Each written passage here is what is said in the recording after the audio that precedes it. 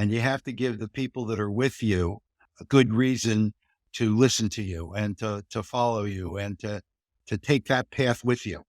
So first, I think it's you have to establish credibility, and credibility is incredibly important. And it really starts with who you are and the inner you and that person that's inside you, and then you start applying that person to a wider and wider audience, and that audience accepts you because what you have to offer is valuable to them. And I think that where people get in trouble is they start buying their own nonsense, right? And, oh, I'm this or oh, I'm that. And they start to consider them products of their successes. And I think that it's not about that. I think it's about understanding where you are and taking that next step forward so that you can be in the better business. Welcome to the Impact Multiplier CEO podcast.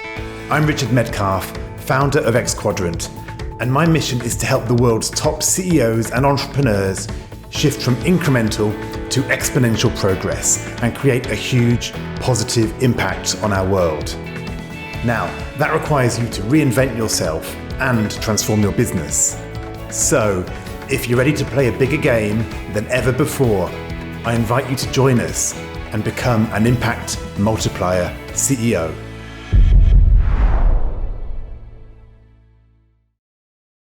Today, I speak with Stan Middleman, the CEO and the founder of Freedom Mortgage. Stan is a really interesting guy. He's done this business. He's founded this business over 30 years ago, 33 by my reckoning.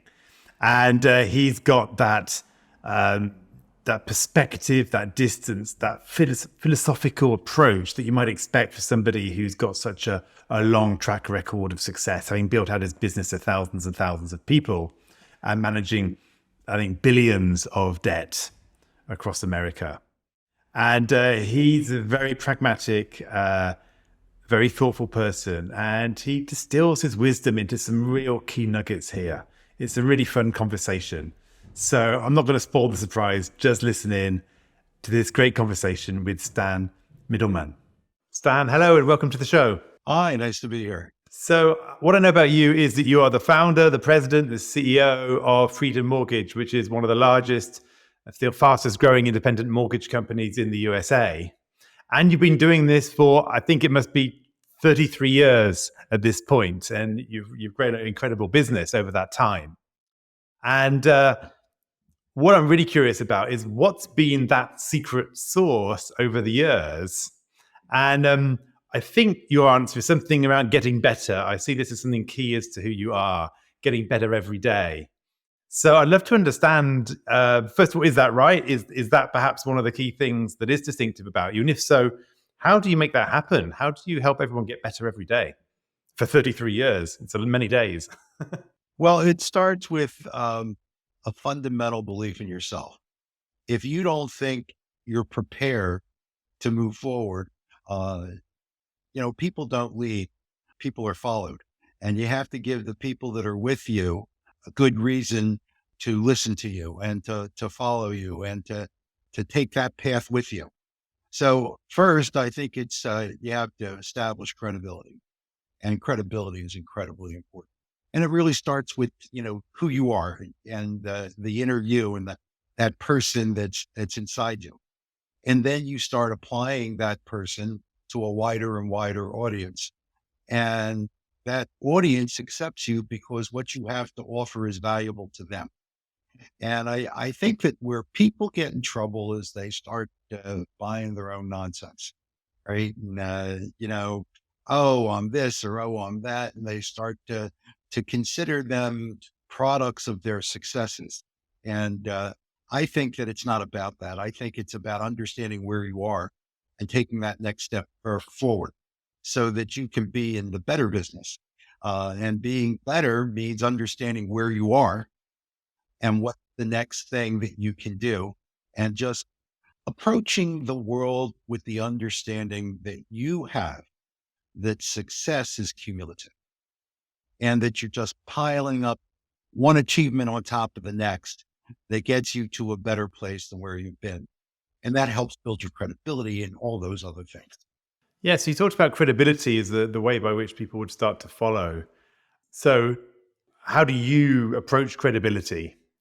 Right. So, as you're building the business, I mean, I guess now you've got all this 30-year track record and everything. But if you go back to the beginnings, what was your anchor? It's very simple. I mean, it's a simplistic thing. I can almost boil it down to a few words. Say what you mean, do what you say, and have people know they can rely on you and that you're the person you purport to be. Nothing more, nothing less. This is who I am. This is what I'm doing. Do it with me. And then going about the business of getting it done. Yeah, and that's in an extraordinarily general sense and has application across virtually every field. But if you can be the human that says what they mean and does what they say, you become irrefutable in your credibility. It sounds simple, right? Do you see it as widespread, actually, or do you see it as surprisingly rare? Well, from my perspective, it's the way I live my life, right? I think that that's incredibly important. Not everybody does. And sometimes I feel like I'm in the minority, but sometimes I think that people appreciate that. So in a world like the world we live in that has such a propensity to be politicized, where there's agendas and ambitions and Machiavellian approaches, and everybody thinks that you have to have some secret hidden agenda in order to propel you forward, or as you put it, a secret sauce. I think that life needs to be simplified, not necessarily easy, but simplified with clear understandings and clear goals.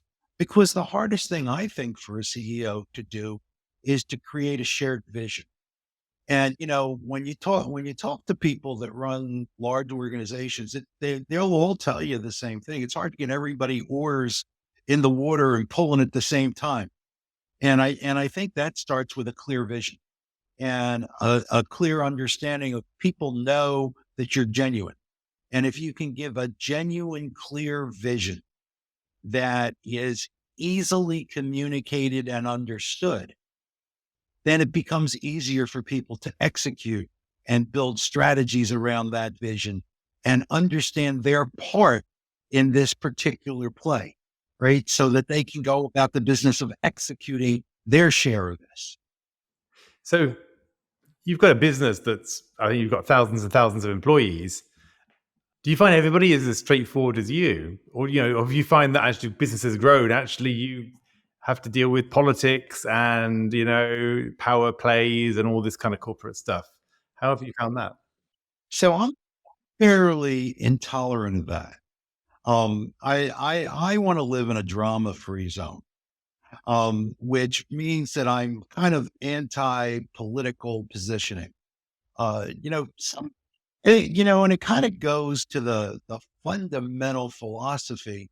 If you're going to have a stable of racehorses that all have their own agenda and that are going to be independent and not interested in the global good, um, that's a problematic situation. I'd rather have a stable of plow horses that everybody understands their role and charges out every day to move things forward so that you know who's doing what, how they're getting it done, and that they're reliable and dependable. I put a high stock in reliability, dependability, loyalty. I mean, these are odd words for people to speak because you hear them talk about talent, skill, and expertise.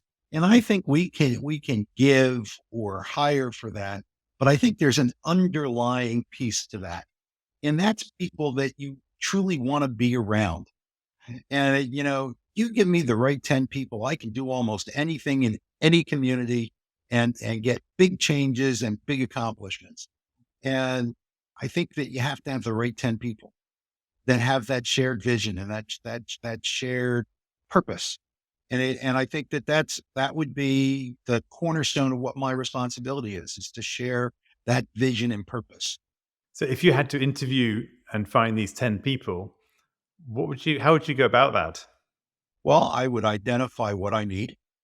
I need one of these and one of those and one of that and one of this. And then I would make sure that they were qualified and well vetted. And after these people had been screened, I would then start to meet with them personally and find out their personality, their characteristics.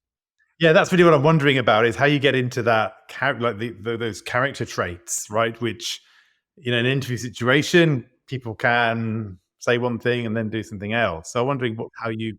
Yeah. And by the way, there's people that don't stay with me because I'm fairly inflexible about that drama-free zone business. And I really expect people to do the right thing and to support me. And if they're unwilling to do that or unable to do that, or they feel that moving in their enlightened self-interest, as people are wont to do, is contrary to that, then they should find somebody that's more aligned with their vision. And maybe they should have more responsibility in creating the vision. So Stan, if I'm being a little bit provocative, is what you're saying is that like you don't like people are like dissenting. In other words, or do you encourage like debate around the vision? No, no, no. I love people that can contribute and they can make a difference. But once the die's been cast, I believe everybody's in the fray with the same purpose. And, I believe of doing things on purpose with purpose. And whatever you're pursuing, I want to pursue it with all your heart and all your vigor and energy. And I don't want to have people having silly thoughts blocking their way. There's no room for doubt once you're going. Before you go, there's plenty of time for debate. In fact, one of the things that I really believe in is that when you create an initiative, you want to make sure that it's viable, that it's a good idea, that other people think it's a good idea, and that people vet that idea. What do you think of this? What do you think of that? Oh, if we were to do this, how do you think it works? And then once you've got the idea that you have consensus is a good idea, then you turn that into a small model and you operate the model and see if in fact you were right. And then you start to scale that model. And once you've scaled it a little bit, make sure that that model holds up to scalability. And then you go into the fray. And you've had 3 or 4 or 5 levels of tests for viability before you commit all your resources. You want to be pretty sure what you're going to do works before you throw your whole heart into it. You don't want to go off in a half-butted manner, right? You want to be into something seriously. So, crawl, walk, run. We all hear that, but I don't know that we all know what that really means. And I think if you talk about it from the birth of an idea to the building of on a task basis, on an individual basis, let's do this and see if it works, and then try it a few times, like with a 1-person or a 2-person or a 3-person deal, and then build a model around that, and then do it in a small group, and then scale that to a slightly larger group before you really roll it out. And I think that you have to do things in an organized, methodical fashion if you want to get good results. Yeah, yeah, sounds great. Especially as you've seen, you've built this business out in a very. Nobody's right all the time. I'm not in the right business. I'm in the better business, right? I don't need to be right. I don't need people tell me I'm wonderful or brilliant. If you're right, you're a visionary. If you're wrong, you're whimsical. So do I want to be whimsical? Do I want to be a visionary? I don't care about any of those things. What I want to do is I want to be better. So at this point, 33 years or whatever it is into the business, how can you still be better? Like, where do you put your focus? God, I'm terrible at so many things. Any human that's honest with themselves knows that they're awful at a million things. And the more things you do, the more things you're awful at. I have never had so much work to do in my entire life as I do right now. I am so busy. I don't know what to do with myself. I have so many opportunities and places to turn that I couldn't possibly get to them. So I have to kind of pick my spots and try and focus in and make things work in that kind of approach that we just described. Hmm. Yeah, I love it. So let's switch gears and talk about another thing, which I know is perhaps an interesting thing about you, Stan, which is that you call yourself a contrarian, and that you zig when others are zagging, or perhaps it's zagging when others are zigging. I don't know. It was me that said that. I have heard that said about me. Fair enough. Well, I think we exchanged some text before this interview. I think you said that doing what's unexpected is the foundation on which we have built Freedom Mortgage. Yeah. So I think rather than that, it's probably um, trying to have a good understanding of what's coming next. And it's not so much that we want to be contrarian. Yeah, again, it's a philosophical thing. If you spend all of your time today dealing with today, tomorrow you have a bunch of empty yesterdays. And you have to be living into the future. You can't spend your time focused on now, whatever now is. If you planned this or didn't plan this and caused this outcome through your planning or lack of planning some time ago, where you are in a particular point in time, it's too late for you probably to alter that, especially in any kind of scale. And when you're trying to react to the moment, your chances of success drop significantly. So I think that what you have to do is you have to really think of things in terms of where, Wayne Gretzky, the hockey player, used to say, I want to be where where the puck is going, not where it's at. I want to spend my time going to where it's going to be, not where it was. Does that make, does that make him a contrarian or a visionary? And I think that the point is you have to embrace change, because if you want to live in the status quo and you want to go with the flow, that's always easier than preparing for what's next. And it makes you to appear to be contrarian, where rather you're really preparing, right? And you're getting ready for what's next. And you understand, and I really have come to grips with there are certain cycles. The world moves in cycles, and those forces are really almost tidal. And we don't control these tidal forces, but we have to try and anticipate it. Whether you want to call that connecting the dots or seeing around corners or being contrarian, going with the flow is not where success is born. Going to where you think the world is going is where success lives.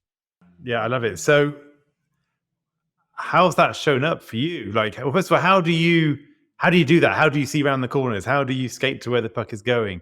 Or what do you actually do that perhaps other people don't do? Like, how do you, do you go off on a retreat? Do you shut the door and just think? Do you brainstorm with your team? Do you just wake up and do you have a bath and it all comes to you, a download from the blue? What's going on? So, unfortunately, I've not been able to commute with God, and get the answers. There haven't been any tablets handed to me on any mountaintop, but I do make sure I get my time to think. This is where we are. I get the data that's available, the empirical data that's available to me, and I form a point of view. By the way, you don't have to be right, but you have to have a point of view. And the first thing I do is I develop a point of view that goes, short, intermediate, and longer. And then I prepare to have my actions play into that point of view. So can you give an example? Can you give an example from like a moment in the business where you took a stance? Oh, sure. So, many years ago, I attended a dinner, and the keynote speaker at this dinner was Paul Volcker, who was the previous head of the Fed.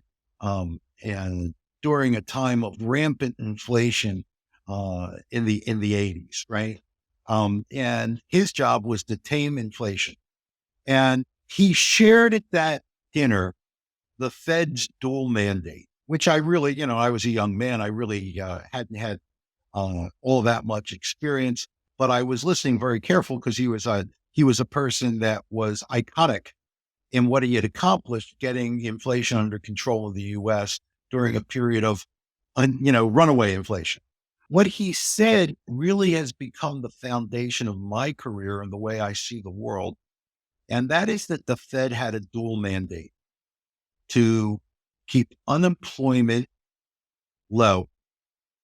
In other words, he wanted people to be employed and inflation low or controlled or predictable at particular levels.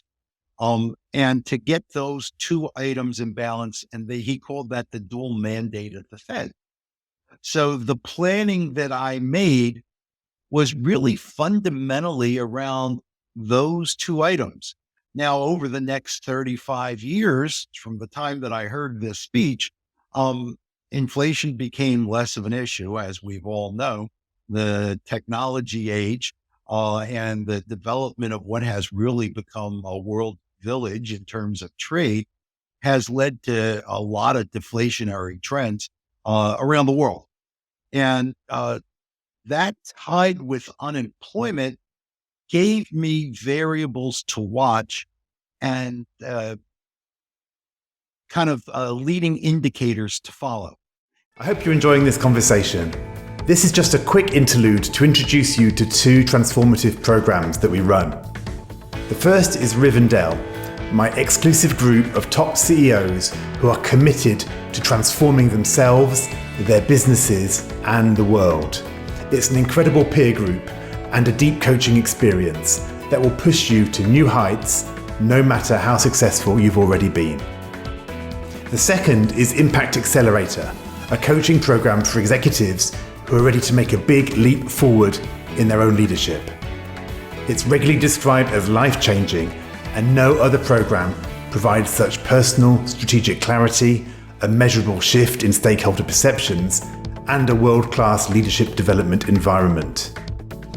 Find out about both of these programs at xquadrant.com/services.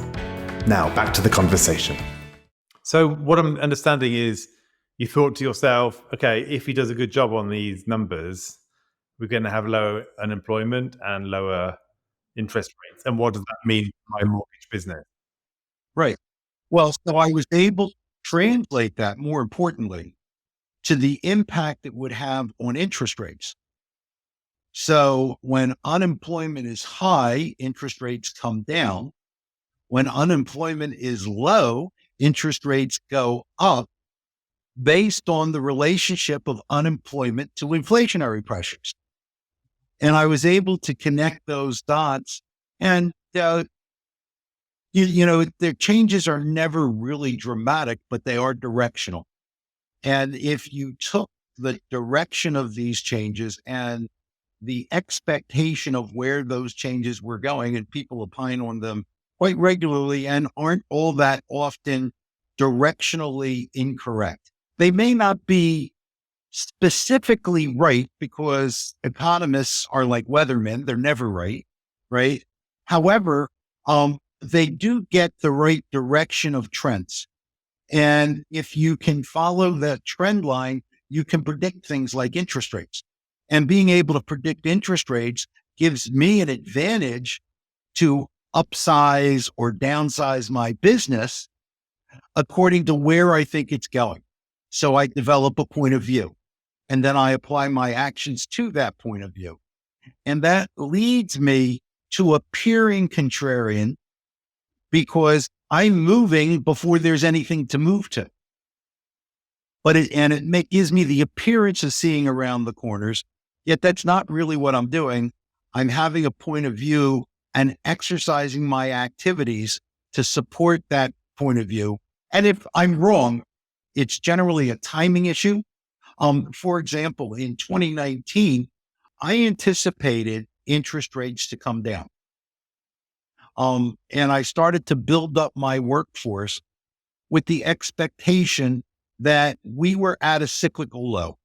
In my business, I say we have misery on the eights, and we have a cyclical environment that mortgage origination volumes are generally lowest in years that, they start to deteriorate in the years with eight and then kind of manifest themselves in the nines. And if you go back to the financial crisis and the commercial paper crisis in the 90s, the Russian commercial paper crisis, the savings and loan crisis in the late 80s. And you're seeing a pattern here after a fairly short period of time.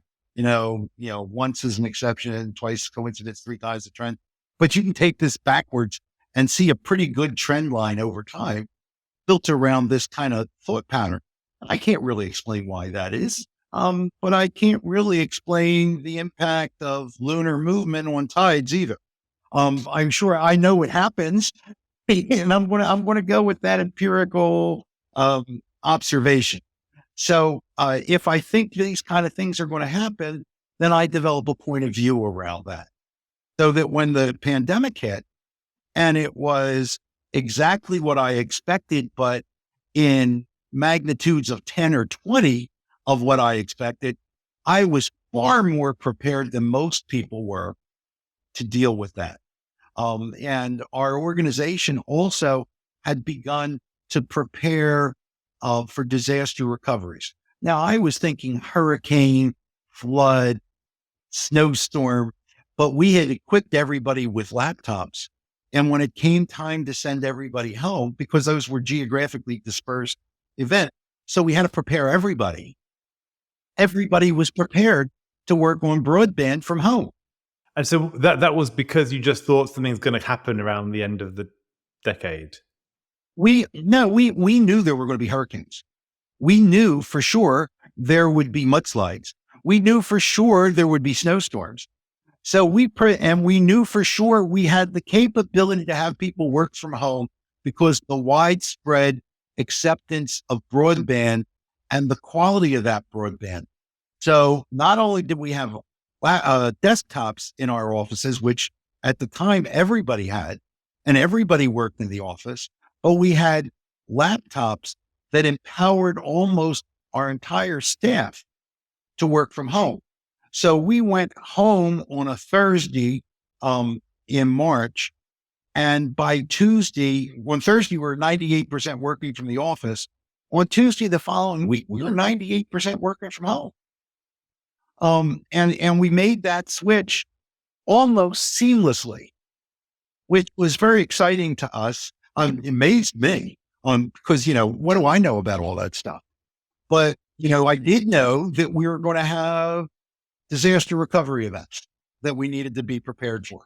And this one was just by, multiples of magnitude, just like crazy stuff. But, we were ready for it, and it really worked out well for us. Yeah, beautiful. So at this point, are you taking positions on other things? Are you creating points of view on other things that are coming down the road, whether it's AI, the economy, other things like this? Because I can also be aware that, are you ever worried about being wrong, like really moving boldly in a direction and then that doesn't work out and you actually... Well, I try not to move too boldly. I try and build out my point of view.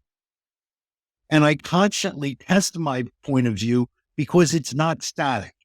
So this is where the difference between a static relationship and a dynamic relationship come into play.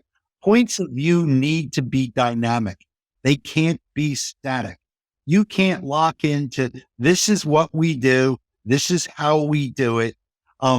You can't be that way and run a successful organization, in my opinion. And by the way, there's a lot of evidence and case studies around companies that have become static and, arrogant and bureaucratic. And, that's probably good for ownership that wants to dilute, right? And take money off the table. That kind of governance is good to have. But you have to apply your points of view to your mission, right? And if your mission is to be better and to grow, then you have to have a dynamic point of view, not a static point of view. Great. So actually, perhaps that brings us on to this topic of mission and purpose, because this season is called Business is a Force for Good. So I'm interested, where do you stand on that, right? Because obviously you've got a business. I'm sure it's doing a good job with its customers and stakeholders, so it's obviously got happy customers. Is that like enough? I mean, that's already a good thing. You're serving customers. Do you have a broader view about what it means to be a business that's a force for good? So many years ago, I was giving a talk at Temple University, which is a college here in Philadelphia. And I guess there was about 100, 150 kids in the room. And in the back, there was a young man who was kind of introspective, and his head was down. And after my talk, and I talked about all these things, kind of in an entrepreneurial bent, he raises his hand and he says, "Apparently you do well, but do you do good?" And I listened to that and I really took that perspective to heart. And prior to that, we had many missions, right, in order to try and make the world around us a little better place. From sponsoring little league games, teams, and youth sports, and all these different things, to food drives, but we didn't do it from a universal perspective. And I always built my business on a particular mission. So the business that we are in, we are the largest FHA lender, the largest VA lender. And what that is these are government insured loans that are targeting really underserved communities, whether it's the Army veteran, or the military veteran, or the underserved communities. And by taking up that particular approach to our business, we've given people an opportunity to own a home and build family wealth. And we've taken that really to heart. An offshoot of that was supporting things like the USO and providing active duty military families with backpacks and school supplies. And we've been doing that for about 12 years now. And I think we did something like 20,000 backpacks this year. And every year it gets bigger than it was the year before. And now we've been able to have an impact where we see peer groups that in our industry doing the same thing, which is just great. Because, the more the merrier. When it comes to doing great stuff, the more people that are inspired to do great things, the better job you did doing good things for the people around you. And we got involved during the pandemic. There were so many charitable organizations under so much pressure.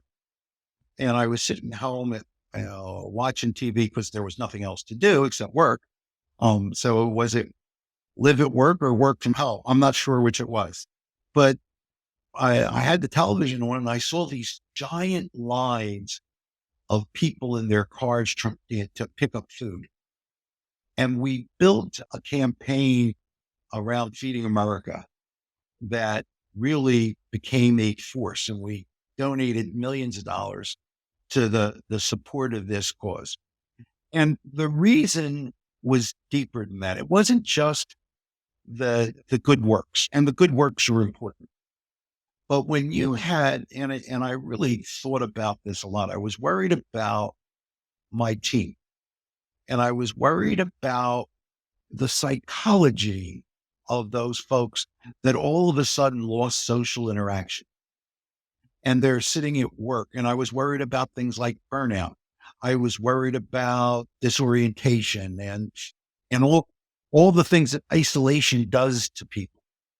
And I started doing weekly Zoom chats to the entire organization. I recorded messages every week. I made sure that not only that I met with the teams, but that the whole company met in groups as teams every day, particularly in the beginning. And slowly it went to once a week, and then it went to, once a month, but we did this for a long period of time, trying to keep that link. And I came to understand that the most important thing that I could do as a leader was to give folks purpose in their lives that was more important than the work they were doing, and make their work bigger than them. And we were able to do that.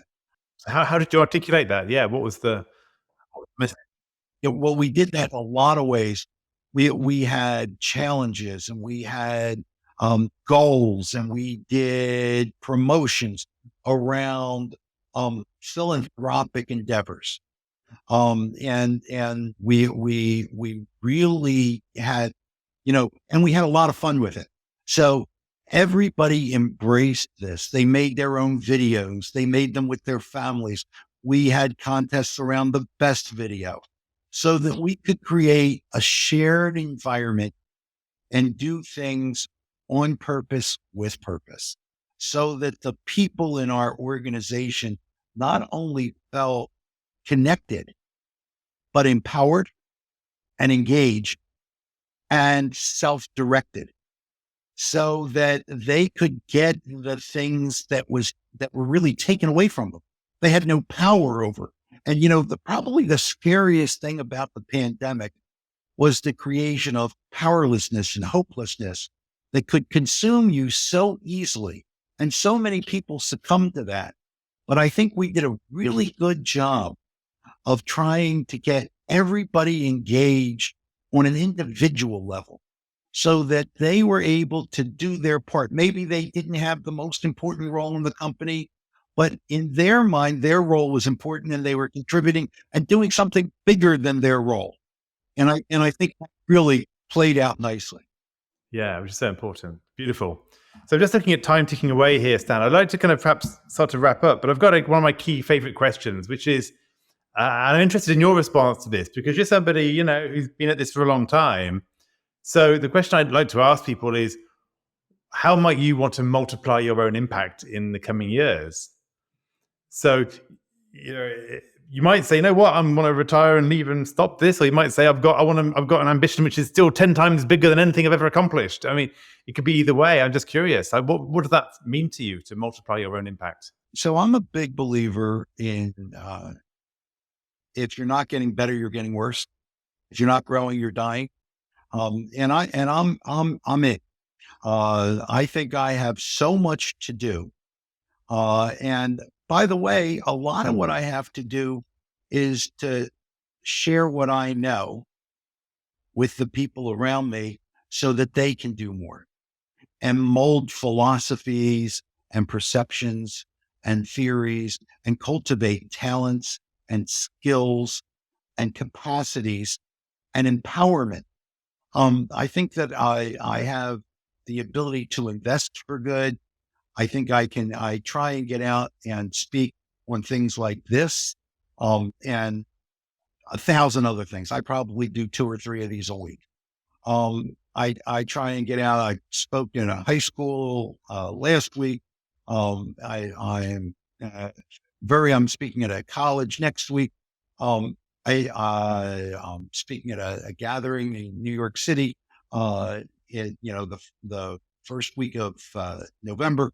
I'm trying to share my message, because I think the message is fairly universal.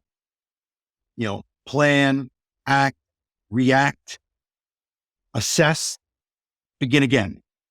And if you can follow a formula to success, and then add all the nuance that you can to that formula, and empower people with not only a base formula, but a nuanced plan to attack that, and let them engage in conversation and learn how to apply that. And I try and do as much mentoring and sharing and inspiring and helping the people around me be better. And it really goes to that, a rising tide floats all boats. And you never do poorly by creating good karma. And the more good things you do, the more good things will come to you. And I found that to be true.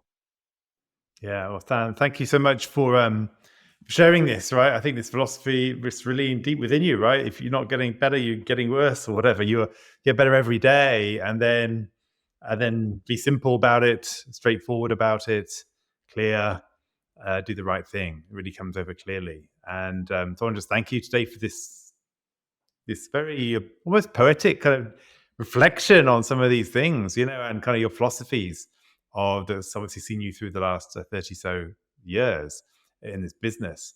So if people want to find out more about you or about the business, what's the best place for them to go to do that? I guess they could go to LinkedIn. My assistant fields all the non-crank inquiries. They